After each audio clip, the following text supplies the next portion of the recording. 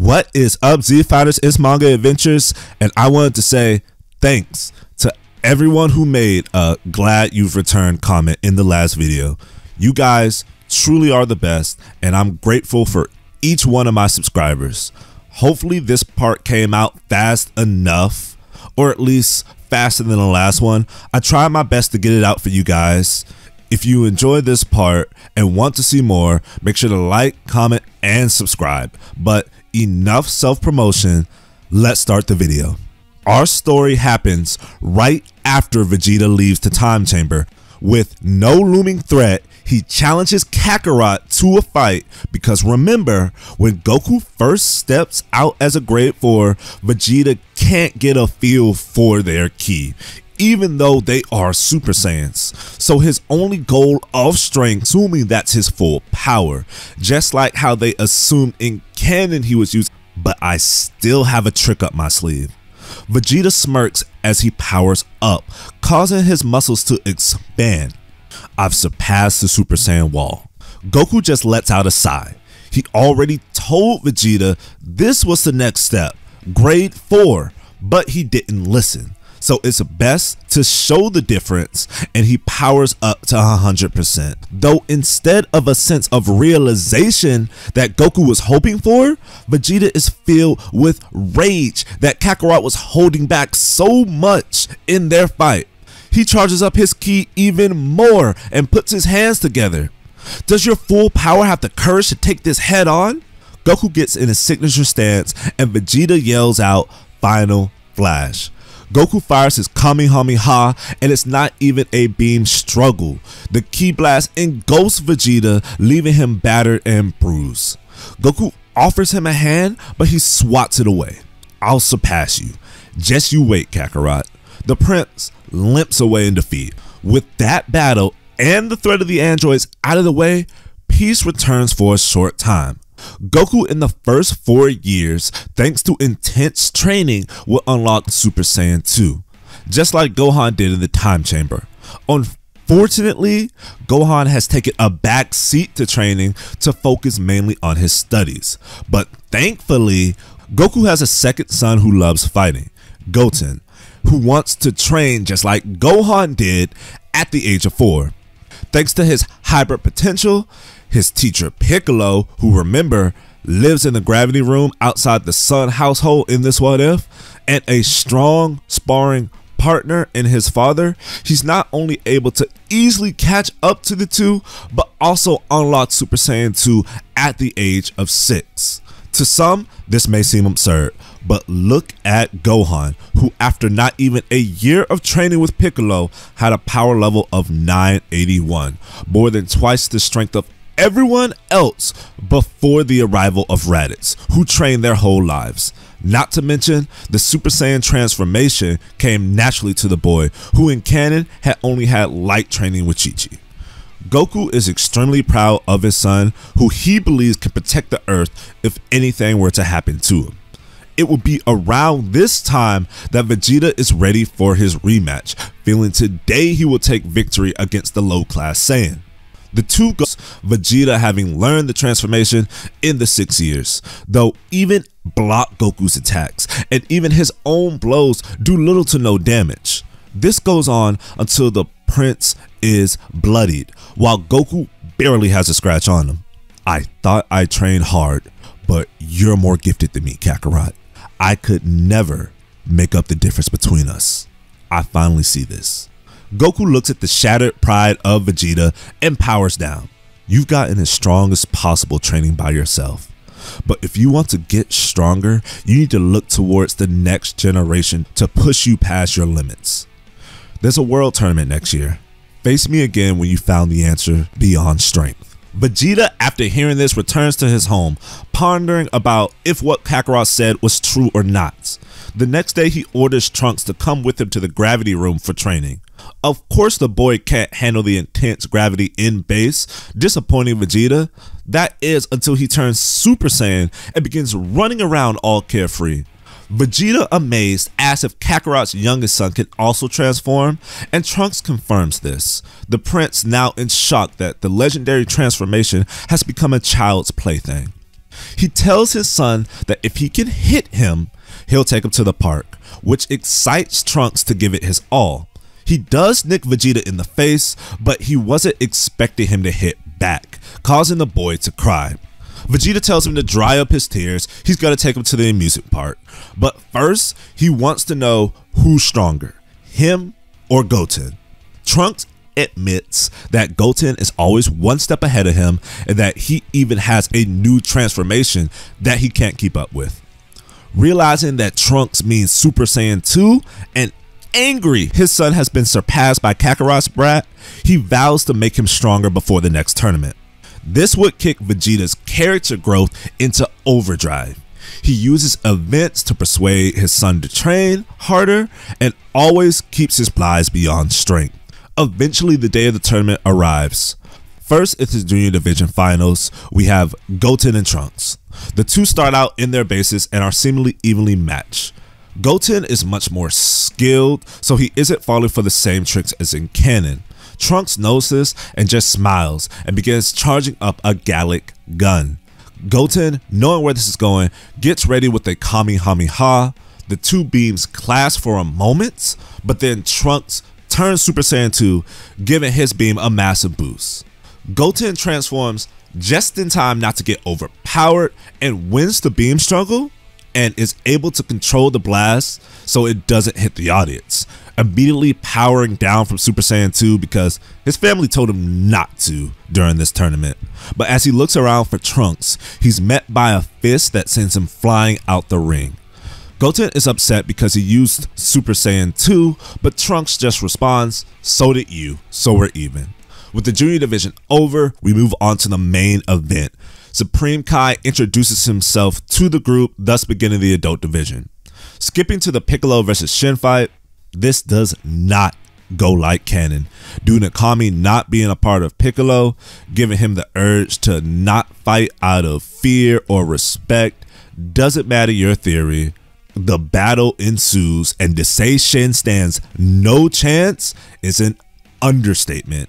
This is the guy who thought Pui Pui was a threat, an opponent base Vegeta defeated. This is a curve stomp. Babbidi's minions, seeing someone beat the Supreme Kai, think he's the perfect person to gather energy from, and they attack the Namekian who's being held down by Shin's psychic powers. After they take his energy and run off, Shin introduces himself as the Supreme Kai, telling them they have to follow the threats. Hearing that there is a threat, Goku thinks this is the perfect opportunity to test out Goten and tells him to come along. Vegeta does the same for Trunks, and after Kibito heals Piccolo, he comes along with Golden the Stone and kills Kibito.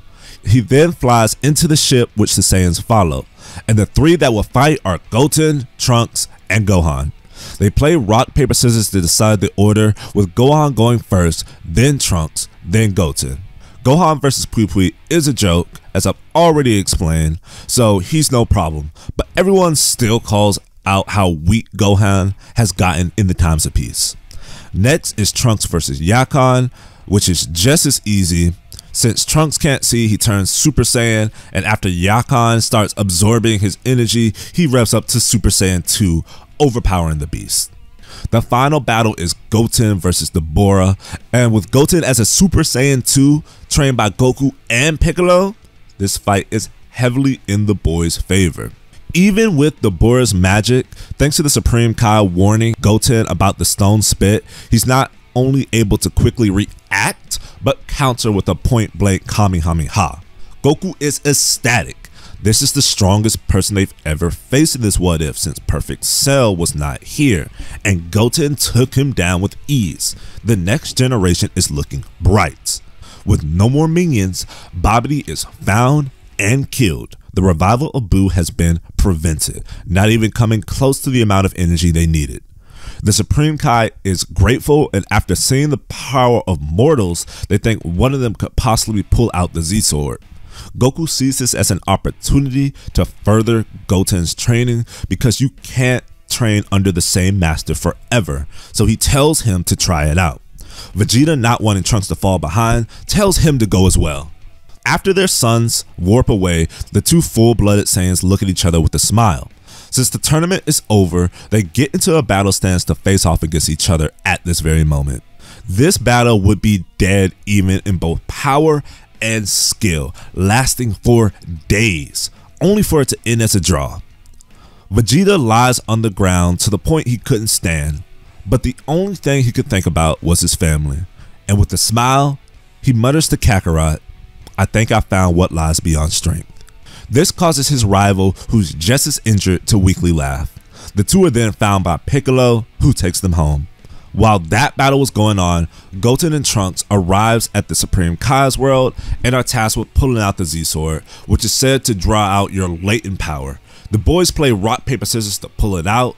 Trunks ultimately wins, but the two do split training with the Z-Sword, getting used to the heavy object almost immediately. Though for Trunks, it feels a lot more natural swinging the sword. Though as they are kids, they get bored of doing this easily and want to test it out on something. Shin agrees with this and summons the world's hardest metal to test out the Z-Sword, only for it to snap in half, releasing the Elder Kai. Now, unlike Goku, who just fires a ki blast to test the Elder Kai's strength, Goten is very respectful to the Elder, asking politely what exactly his power is, with a sense of childlike curiosity. Feeling important and grateful he was freed from the sword, Elder Kai gladly unlocks the boy's potential. This takes a little over a day, but once it's over, Goten can feel the incredible power coursing through him. To test this out, he fights Trunks, who powers up to Super Saiyan 2, but when Goten stays in base, he's confused, only to be met with a punch to his face, similar to what Trunks did in the tournament. The boy couldn't keep up with Goten's movements, knowing when he's outdone, begs the Elder Kai to unlock his potential as well, saying it wouldn't be fair if Goten was the only one who got a power boost, but the old man doesn't want to since Trunks is being a brat. Though the boy offers the Elder Kai to see a real girl, similar to what Goku did in canon. He whispers to Goten to let him see Videl when this is all over and bribes the young boy with a toy so he would do so. With everyone in agreement, Trunks also gets his potential unlocked, making the two half Saiyans the most powerful unfused warriors. They return to Earth shortly after and their parents are amazed by their power. Goku feeling confident in his decision to trust the next generation, and Vegeta is simply proud of his son. The two full-blooded Saiyans will refuse to back down though. They would not only train with their children, but each other, and even unlock a new transformation to help close the massive gap.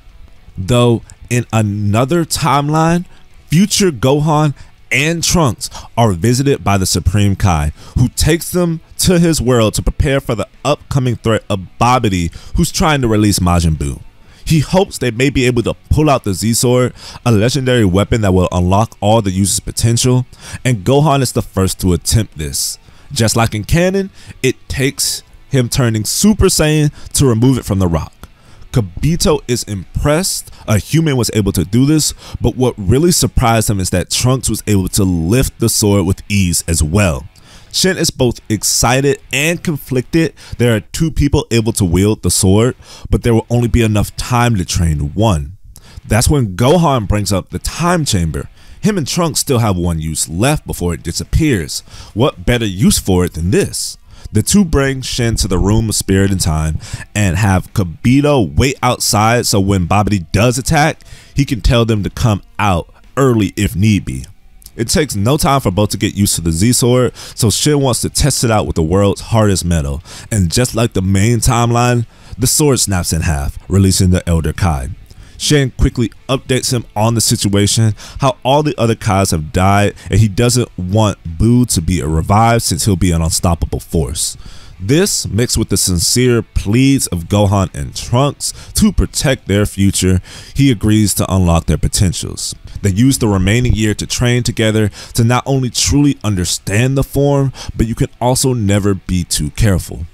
While this is going on, Kibito senses Babidi has made his move and rushes in to get everyone. He apologizes they couldn't train for a full day, but Gohan and Trunks just smile, saying they should be ready for any threat. They bomb rush Babidi's ship, Pui Pui, Yakon, out in a flash, leaving only Deborah against the two Ultimate Warriors. He knows he's outmatched and tries turning at least one of them to stone to even the odds, but thanks to Shin warning them, they easily dodge and counter with a kick to the face by Trunks. Babidi tries helping him with his magic, but is held in place by Shin, giving Gohan the chance to blast him into dust. While Deborah is in shock, Trunks finishes him with a burning attack. The Supreme Kai thanks the two Saiyans for a clean victory, saying he couldn't have prevented Buu's revival without them, though Gohan is the one who feels thankful to Shin, saying he's partially the reason he gained a new power to protect the world he loves so much. With a warm smile, he sees the two Kais off, thinking his father would be proud of his new level of strength. This is the end of part 4. Sorry for it being so short, but when you add half Saiyans who trained for 7 years and the ultimate transformation into the mix, the Buu saga is a curve stomp, but I greatly enjoyed writing it. Next part, I'll cover all of Super due to most of it just being tournament arcs and one-off fights. So expect that to be the last part for now. Hope you guys enjoyed this part and can't wait to see you in the finale.